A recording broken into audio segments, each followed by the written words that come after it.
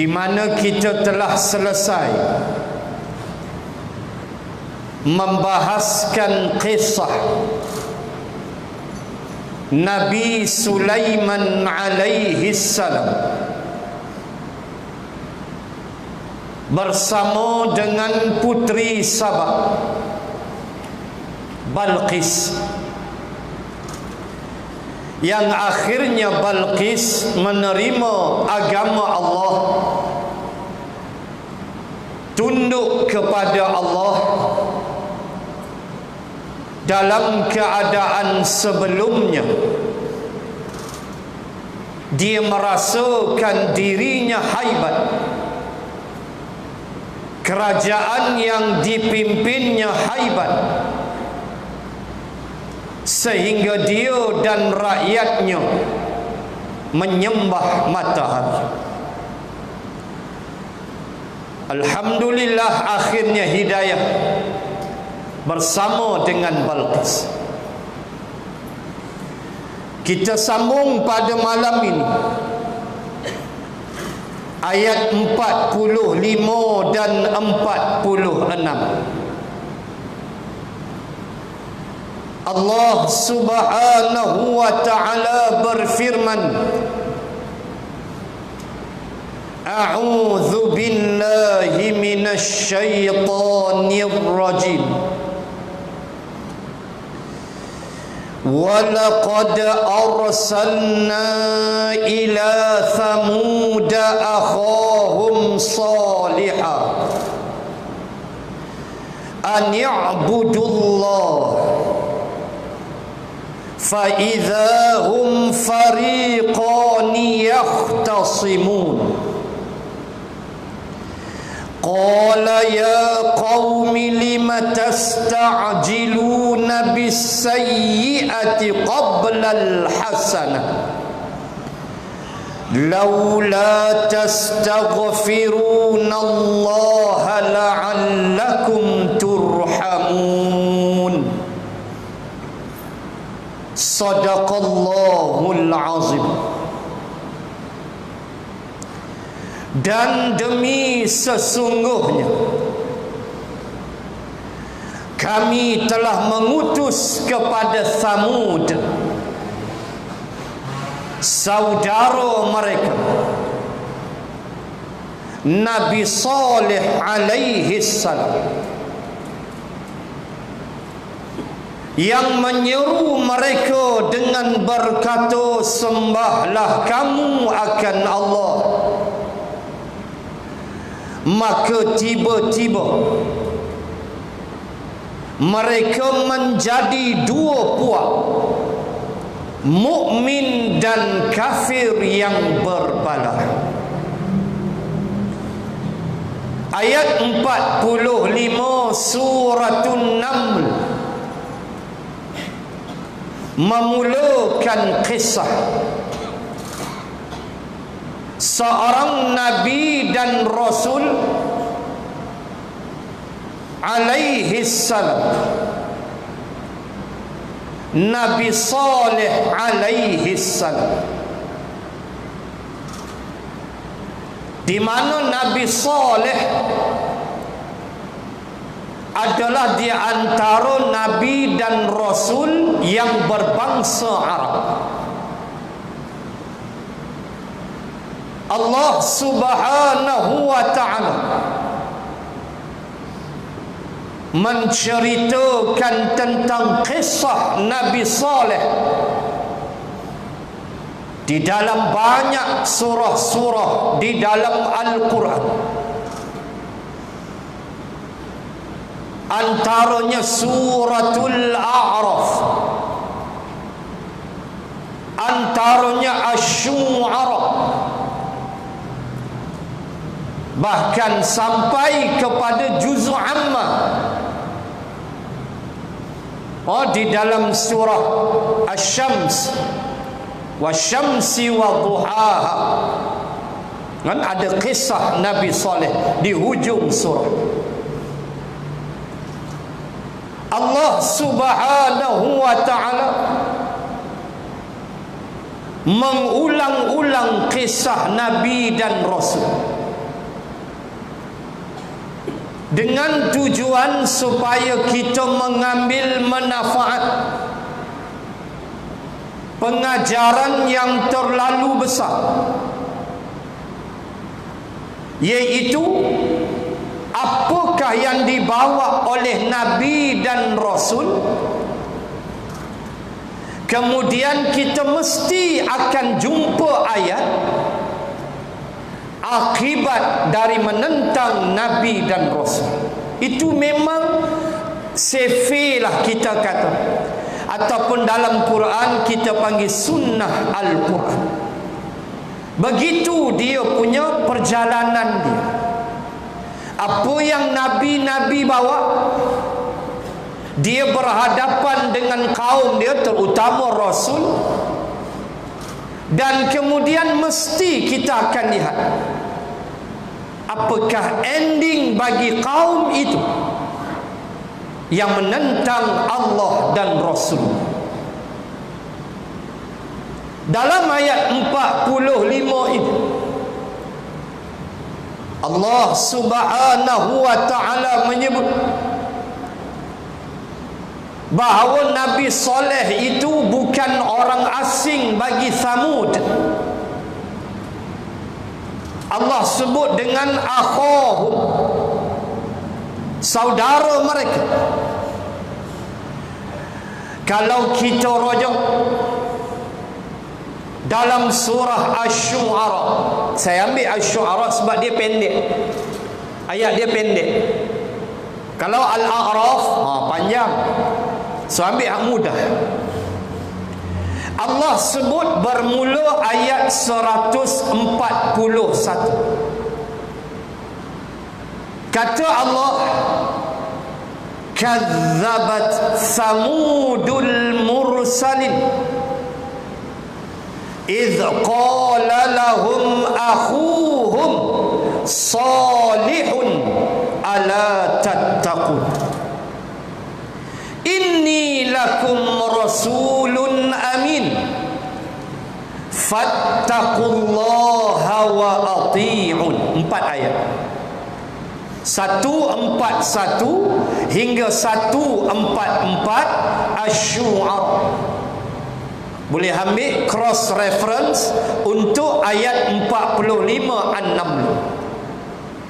Kata Allah, kazzabat Samudul mursalin, sesungguhnya satu puak nama dia Samud. Sekejap lagi kita berkenalan dengan kaum Samud. Allah sebut kazzabat Samud, puak Samud telah mendustakan mursalin, utusan-utusan Allah, iaitulah Saleh. Idh qala lahum akhuhum salihun ala tattaqun, ketika berkata kepada mereka saudara mereka sendiri salihun, nama dia Saleh, Nabi Saleh kata ala tattaqun, kenapa tidak mau bertakwa kepada Allah Subhanahu wa ta'ala. Inni lakum rasulun amin, sesungguhnya aku ini, inni lakum, aku ni kepada kamu, rasulun amin. Tu dia, sampai tahap tu Nabi Saleh memperkenalkan diri, aku bukan sekadar rasul, tetapi aku nak beritahu kamu, wahai kaumku, aku ini rasulun amin, aku adalah rasul yang amanah. Main-main tu tuan-tuan. Kalau dia kata aku ni rasul, cukup dah. Ada mukjizat dia. Nanti kita tengok bila sampai kehancuran Thamud, kita akan baca ayat 9 Jahanam. Sat lagi. Next kuliah tak dan malam. Piramli 6 Jahanam. Kan? Piramli 6 Jahanam. Puak Thamud ada 9 jahanam. Nanti kita tengok mereka. Bagaimana Nabi Saleh sebut, aku ni Rasulun Amin, Rasul yang amanah. Makna nak sebut, aku bukan main-main dengan kamu. Aku memikul amanah daripada Allah. Dalam ayat ni Nabi Saleh sebut ani'budullah. Antara amanah yang Allah letak atas bahu aku, yang aku kena beritahu kamu adalah ani'budullah. Kamu kena sembah Allah. Kamu jangan sembah manusia, makhluk, batu, bukit, bukau. Kamu kena sembah Allah Subhanahu wa ta'ala, Zat yang maha zat, yang menciptakan makhluk. Kamu kena sembah dia. Walau kamu tak nampak dia, tapi kamu yakin dia maujud, dia ada, dia wujud dengan makhluk yang kita lihat. Dasar ini, iaitu dasar menyembah Allah, adalah merupakan dasar para nabi, para rasul, mengajak orang ke arah itu. Kalau boleh kita rojok sekejap, patah ke depan juzuk 29, tengok apa kata Nabi Nuh dalam surah Nuh. Inna arsalna Nuhan ila qaumihi an anzir qaumaka min qabli an ya'tiyahum azabun alim. Qala ya qaumi inni lakum rasul. Sampai habis ada satu ayat, ani'budullah wattaquhu wa ati'un. 3. Inilah dasar yang Rasul-Rasul bawa. Inilah dasar yang Rasulullah bawa. Inilah dasar yang disambung lidah para nabi, para rasul oleh para ulama. Kalau rujuk ayat 3 surah Nuh, Nabi Nuh pesan 3 benda. Ani'budullah, ubudiyah, sembah Allah, jadi hamba abid kepada Allah. Bila jadi hamba, Allah itulah, kita nak kata apa, tuan kita. Senang faham, kita hamba dia. Bila dia jadi tuan, dia Rabb, pendidik, pemelihara, pengatur dan sebagainya, kita ni hamba. Maka dia nak buat apa dia buat, kena terima. Kita hamba. Kita tak boleh kata apa, sebab kita hamba dia. Ani'budullah, 1. 2, wattaquhu, kamu kena takut kepada dia, kamu kena bertakwa kepada dia.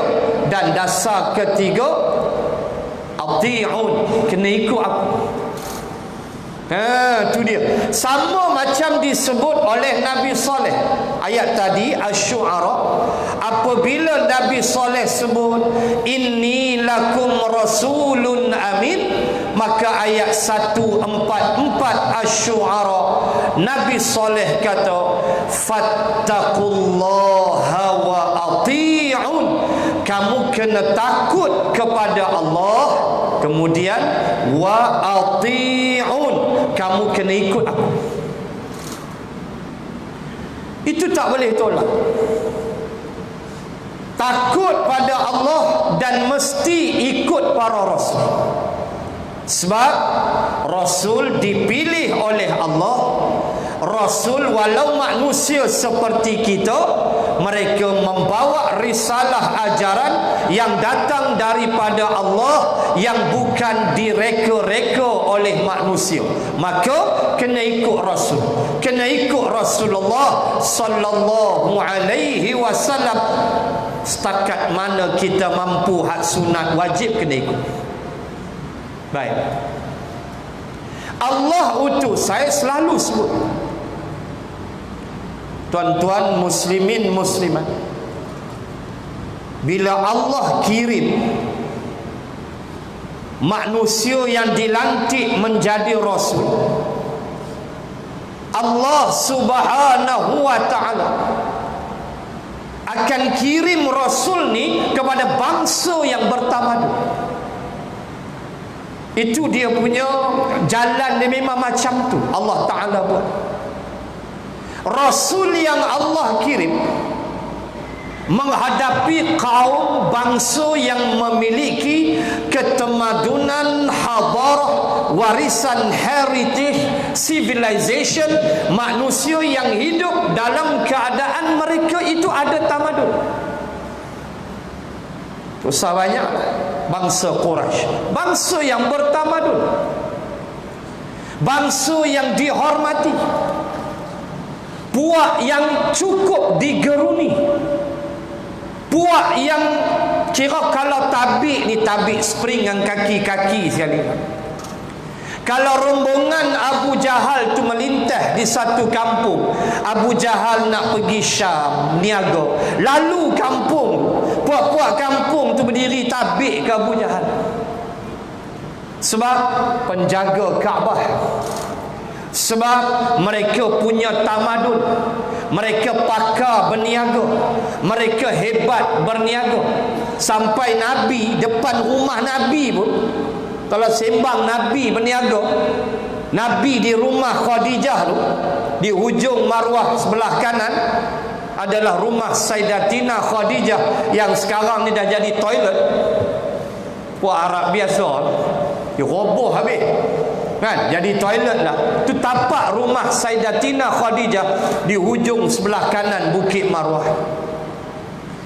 Bagaimana Rasulullah, kira kita kata apa, orang niaga nasi lemak depan rumah lagu tu, punya dahsyat niaga.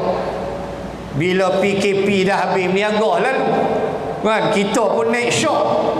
Entah petang pergi kena kuih tiaw lah. Dulu sangat mampu, muka masing-masing berasap, rokok je tiga, lain tak ada apa dah. Allah, alhamdulillah, berselerak orang berniaga daripada pagi sampai ke malam. Tuan-tuan, Rasulullah dia buka meja depan rumah niaga. Sampai tahap tu kehaibatan bangsa Quraisy, bangsa Arab berniaga, bukan kata sampai depan rumah, rihlatasyita'i was-saif, membawa barang dagangan di musim sejuk syita dan saifi di musim panas. Main-main punya import ekspor. Haibat mereka, bangsa bertamadun. Termasuklah Samud, bangsa yang cukup bertamadun, bangsa yang memiliki ilmu. Kepimpinan Samud memiliki ilmu pembangunan yang haibat. Mereka boleh membina rumah-rumah kediaman mereka bukan dengan bancuh simen apa dah. Mereka menebuk gunung-gunung batu. Jangan main-main ke? Tak terfikir kita alat yang mereka gunakan. Apa dia alat yang mereka guna? Kita tak terfikir. Yang kita tahu, Allah menyebut di dalam Al-Quran, kalau surah yang sama Asy-Syu'ara ayat 149, wa tanhituna minal jibali buyutan farihin. Itu dia Samud. Wa tanhitun, mereka boleh menebuk. Pierce kata orang putih, mereka boleh menebuk. Watan hituna minal jibal, mereka boleh menebuk gunung ganang. Buyutan, baitun mufrad, buyut, rumah-rumah. Mereka buat rumah tak payah bancuh simen, jauh sekali panggil bangla kontraktor, tak ada. Mereka sendiri tebuk gunung-gunung tu, aduk dalam, jadi rumah. Tuan-tuan fikir alat mereka berapa banyak rokok mereka hisap waktu nak siap rumah kan, tebuk gunung ganang. La ilaha illallah, mana kita mampu buat? Kod labek ho keren apa, kita tak terfikir. Dan tuan-tuan boleh bayang tak, Tuan-tuan boleh pergi ziarah tu kampung Samud. Al-Hijr dia panggil. Surah Al-Hijr tu nama kampung Samud. Dia panggil Al-Hijr, 90 batu, utara Madinah. Boleh pergi. Boleh ziarah di utara Madinah. Nanti boleh tengok gunung-gunung batu yang ditebuk, dijadikan rumah-rumah kediaman. Atau tuan-tuan muslimin muslimat boleh pergi di selatan Jordan. Boleh pergi di selatan Jordan, di kawasan Nebata Petra. Dia panggil Petra. Siapa dah sampai, sampailah. Kalau anak mengaji di Jordan, ambillah kesempatan ziarah. Pergi ke selatan Jordan, nama dia Petra. 7 wonders of the world. Termasuk 7 perkara ajaib dalam dunia, di mana tuan-tuan muslimat boleh tengok bagaimana mereka mengukir gunung-gunung batu itu. Begitu cantik sekali. Nebata Petra, Nebata, kaum Nabitian. Kata Afzalur Rahman dalam Encyclopedia of Sirah, Afzalur Rahman menyatakan Nabitian adalah suku Sakat Samud. Kepandaian tu dah ada, kehebatan tu. Kalau tak pergi Al-Hijr, pergilah selatan Jordan di Petra. Tengoklah sendiri. Boleh masuk dalam tu. Allahu Akbar. Bagaimana mereka ukir, bagaimana mereka buat in square inch yang tidak ada langsung lari dia punya measurement. Kalau tuan-tuan tengok National Geographic, sampai hari ni saintis kaji, saintis ukur, tak puas hati untuk menyebut bahawa betapa hebatnya Samud, bangsa yang bertamadun. Maka datanglah Rasul. Kenapa? Kerana manusia begitulah. Bila dia dah bertamadun, dia rasa dia hebat. Dia boleh tebuk gunung batu ni tuan-tuan, cari pasal. Orang curi mesin ATM bawa bom. Handril tengok.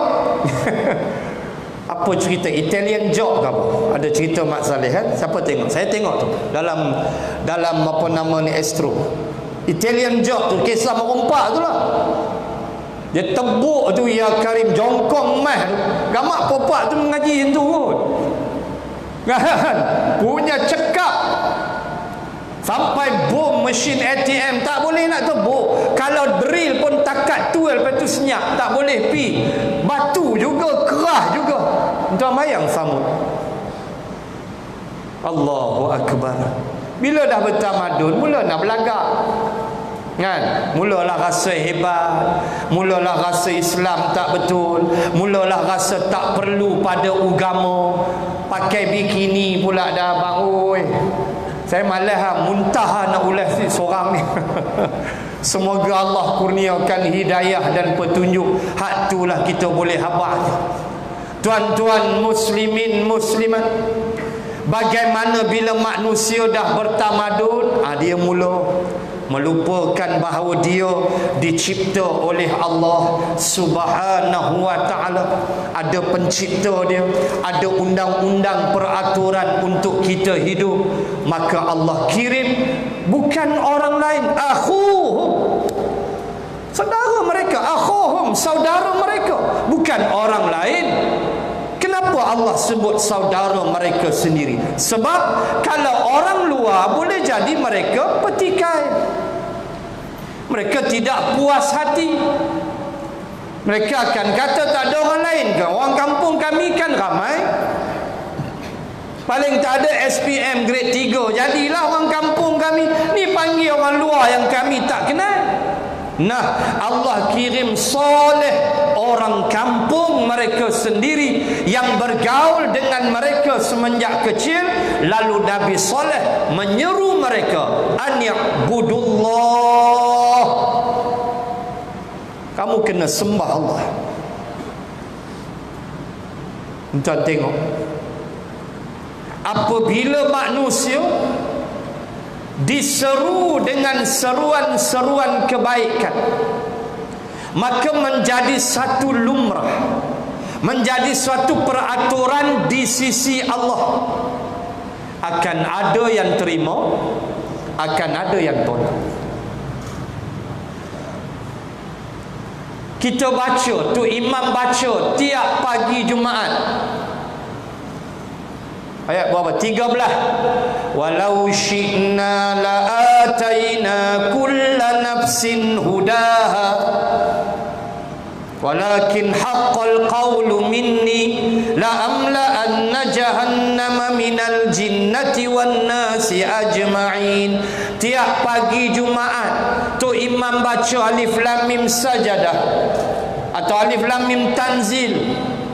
Disebut dalam ayat itu Allah declare walau syi'na la'ataina kulla nafsin hudaha.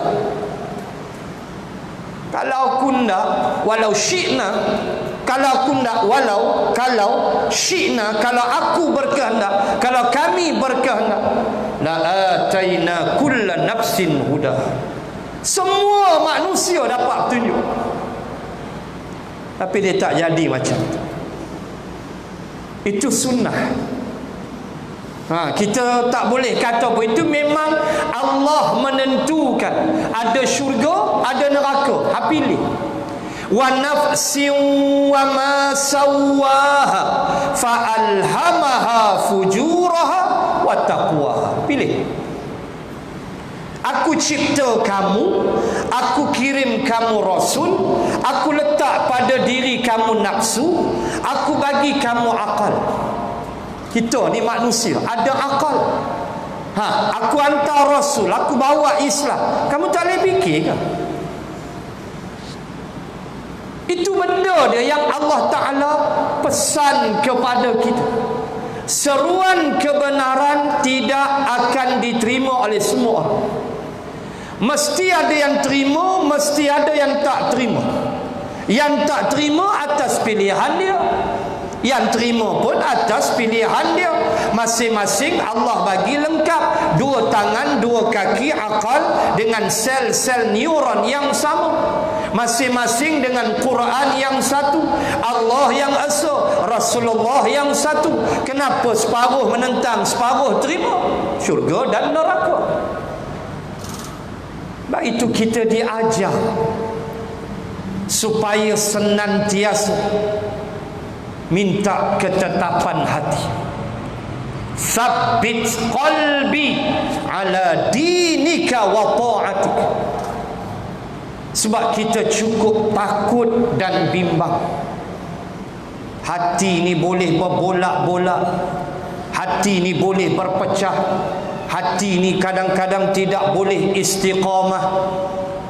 Tuan-tuan, kita nak sebut bagaimana menetapkan hati atas landasan petunjuk adalah satu perkara yang amat besar, dan ini kena minta dengan Allah. Itu Allah hajar, Rabbana la tuzigh qulubana ba'da idh hadaitan. Tengok ayat tu lengkap. Wahai Tuhan kami, la tuzigh qulubana. Tolong jangan tuzigh, palingkan. Tolong jangan bagi hati kami ni lari. Qulub, hati-hati kami, tolong ya Allah. Bila tu?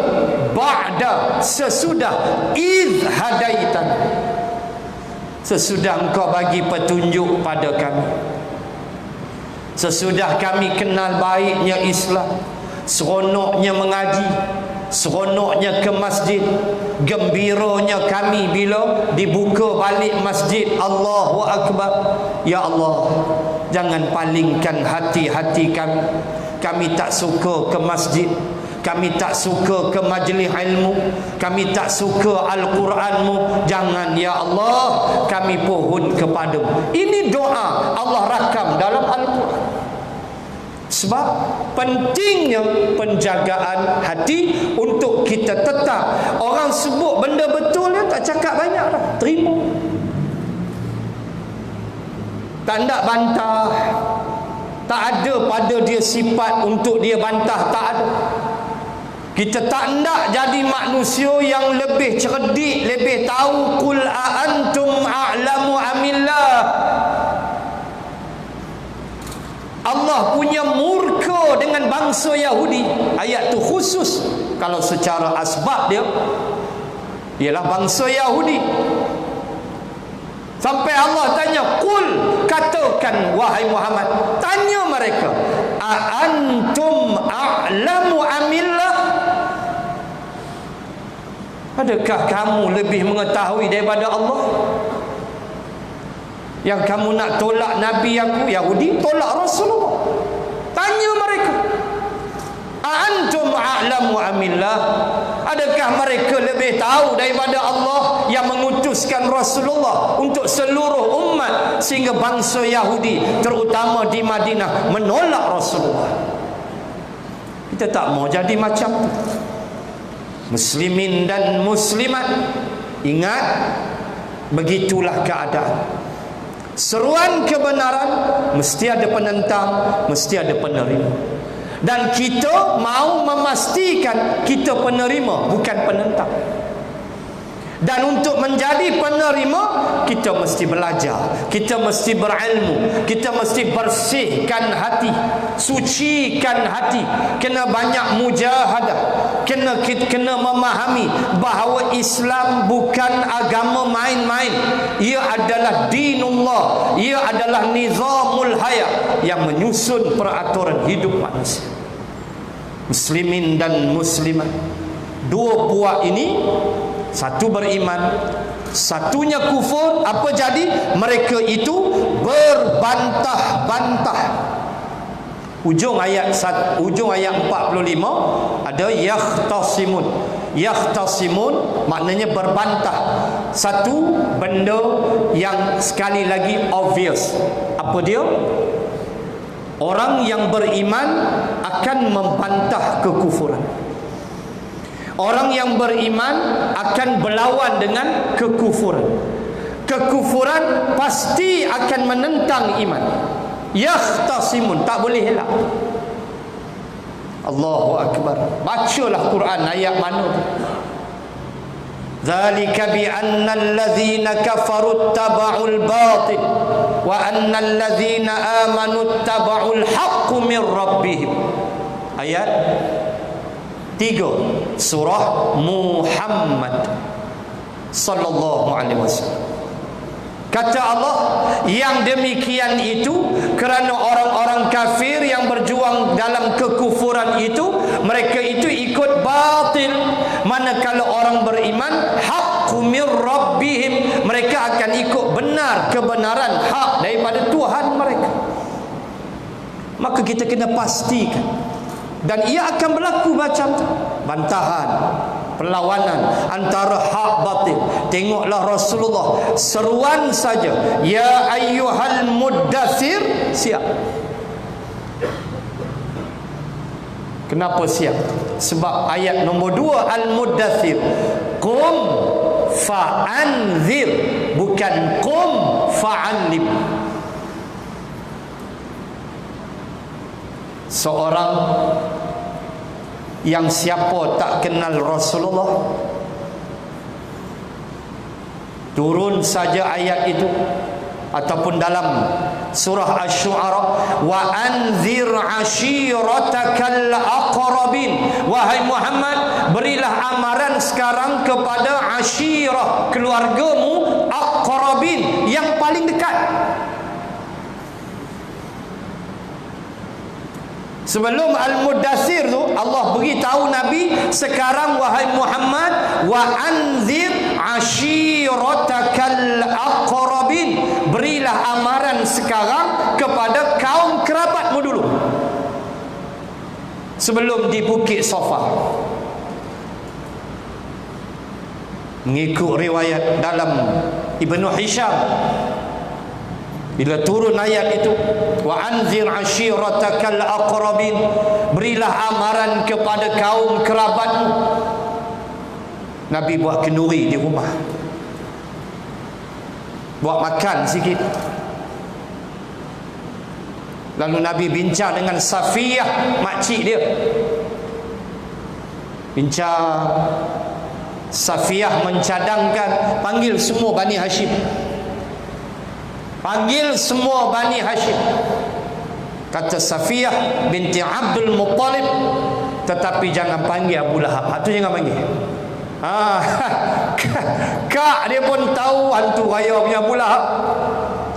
Lain panggil, kata Safiyah. Tapi Abu Lahab tu jangan panggil dia. Panggil aku. Baik makcik. Kira kita kata WhatsApp lah senang. WhatsApp. Dia main juga. Ada kutu sudah forward kat dia. Sebab makan. Nabi bila tengok Abu Lahab ada, mengikut riwayat, Nabi tidak meneruskan program itu, program makan. Nabi tak nak spoil the event. Nabi tak mau. Lagi Abu Lahab Nabi kenal, memang jahat sungguh. So Nabi tidak meneruskan program mengikut Ibnu Hisham. Nabi buat sekali lagi. Nabi buat sekali lagi. Dalam tak panggil pun dia main. Sembelih kambing mengikut riwayat. Buat masak nasi, makan apa semua. Nasi Arab tuan-tuan tahulah sedap tak mana. Dapur dalam tanah tuan-tuan. Mendi kambing dia dapur tu dalam tanah tu. Pi kat Makkah tu. Kita tengok sampai dapur ni, underground punya kambing tu keluar. Allahu Rabbi, meleleh yang dia pun. Ni pergi Mekah dah tak boleh lama pula dah. Pergi Madinah lagi tak boleh. Tuan-tuan, muslimin muslimat, talab tak panggil pun dia main. Maka kali ni Nabi tak peduli. Maka Nabi memulakan ceramah dia, kuliah Nabi first kali di hadapan Bani Hashim, di rumah, mengikut riwayat di rumah Abu Talib. Ialah Nabi kata, wahai keluarga, kamu semua akan bangun daripada mati. Kita semua akan mati dan kita akan bangun daripada kubur kita macam kita bangun tidur. Itu ceramah Nabi. Ceramah Nabi tu Nabi cerita bab mati. Nabi kata, ingat kita akan mati dan kita akan bangkit daripada kubur macam kita bangun tidur. Macam mana tuan bangun tidur? Terpisah, hilang sah. Tengok jam baru, Allah, okey dua. Tepuk bantai lena pula. Takat tu Nabi. Ujahal makan mati, tak apa lambat lagi lah. Dia kira makan. Sampailah ya ayyuhal muddathir qum fa'anzir. Bila kena hak tu, panggil semua kaum, fa'anzir, dan beri amaran. Waktu tu kena. Tu yang turun surah Al-Lahab. Yang lawan apa dah kau?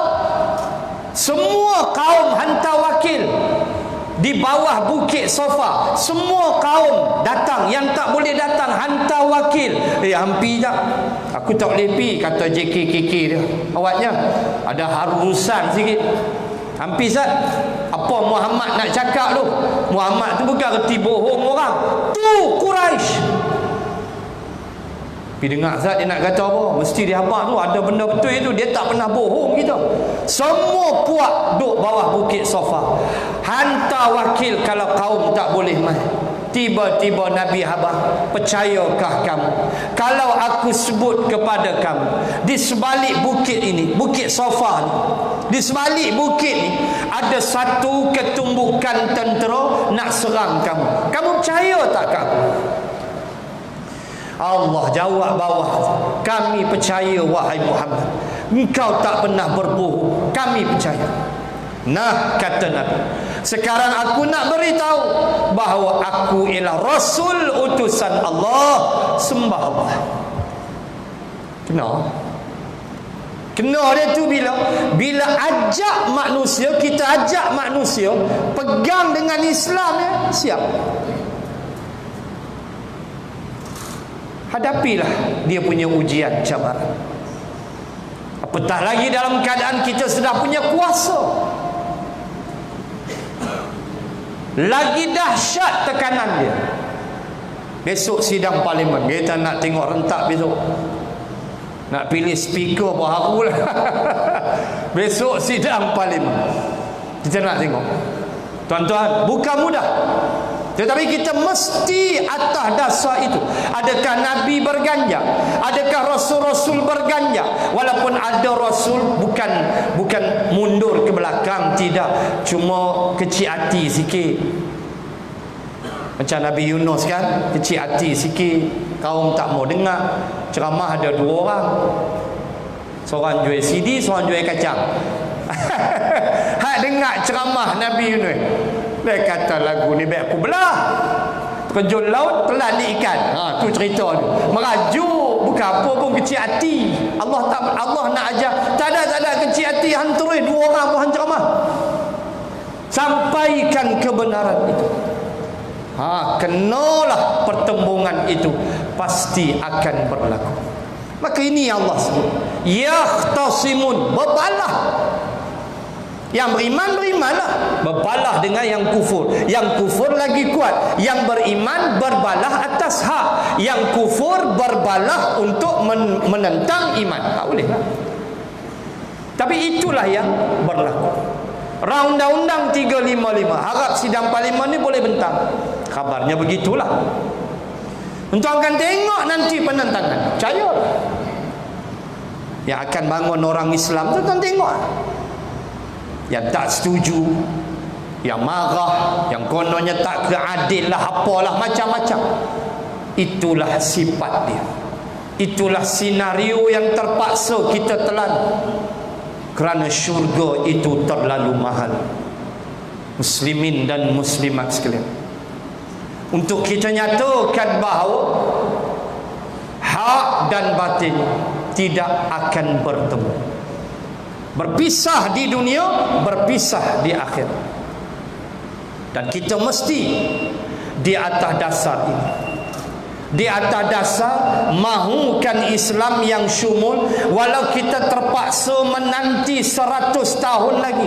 Saya masih ingat kalam arwah Ustaz Fadil Nur waktu saya ceramah dengan dia di Taman Delima di Sungai Petani, belum dia meninggal dunia. Saya masih ingat kalam tu sampai sekarang.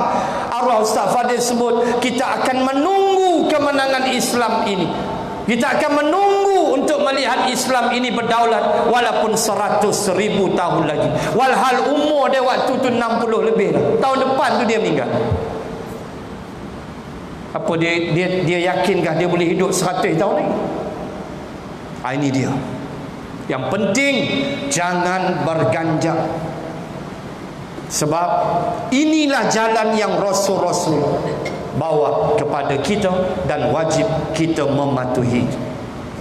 Muslimin dan muslimat, Ta'dan ayat 46. Tersambung ayat 46 dalam sesi yang akan datang.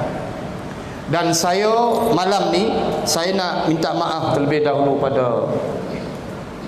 pada imam, sebab saya nak cepat sebenarnya, ada urusan. So tadi ada request untuk buat tahlil. Saya nak minta maaf, saya tak mampu sebab saya nak minta tolong sekali lagi dengan tuan-tuan muslimin dan muslimat nak buat solat hajat sekali lagi. Isteri saya sekarang dalam ICU.